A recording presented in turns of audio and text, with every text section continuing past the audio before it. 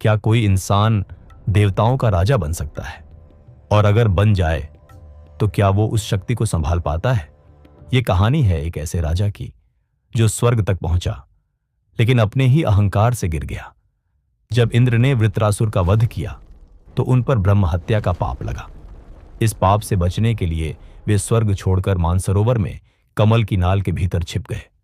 स्वर्ग का सिंहासन खाली हो गया और सृष्टि का संतुलन डगमगाने लगा। तब देवताओं और ऋषियों ने पृथ्वी के एक महान धर्मात्मा और प्रतापी राजा नहुष को स्वर्ग का राजा बना दिया। शुरुआत में नहुष ने न्याय और धर्म से शासन किया। सब कुछ सही चल रहा था, लेकिन धीरे धीरे स्वर्ग की शक्ति, ऐश्वर्य और सम्मान ने उनके मन में अहंकार भर दिया। अब नहुष पहले जैसे नहीं रहे। उनका मन विलासिता और घमंड से भर गया। उन्होंने इंद्र की पत्नी शची को पाने की इच्छा जताई। शची घबरा गईं और उन्होंने देवगुरु बृहस्पति से सहायता मांगी। बृहस्पति ने एक योजना बनाई। शची ने नहुष के सामने शर्त रखी, मैं आपको तभी स्वीकार करूंगी जब आप सप्तर्षियों द्वारा उठाई गई पालकी में मेरे पास आएंगे। अहंकार में अंधे नहुष ने बिना सोचे समझे ये शर्त मान ली। आर्षियों को पालकी उठानी पड़ी। उनमें महान ऋषि अगस्त्य भी थे, जो कद में छोटे थे, इसलिए पालकी धीरे चल रही थी। लेकिन नहुष को जल्दी थी। उसका अहंकार अब चरम पर था।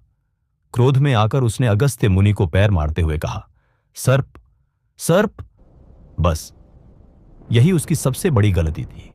अगस्त्य मुनि इस अपमान को सहन नहीं कर पाए।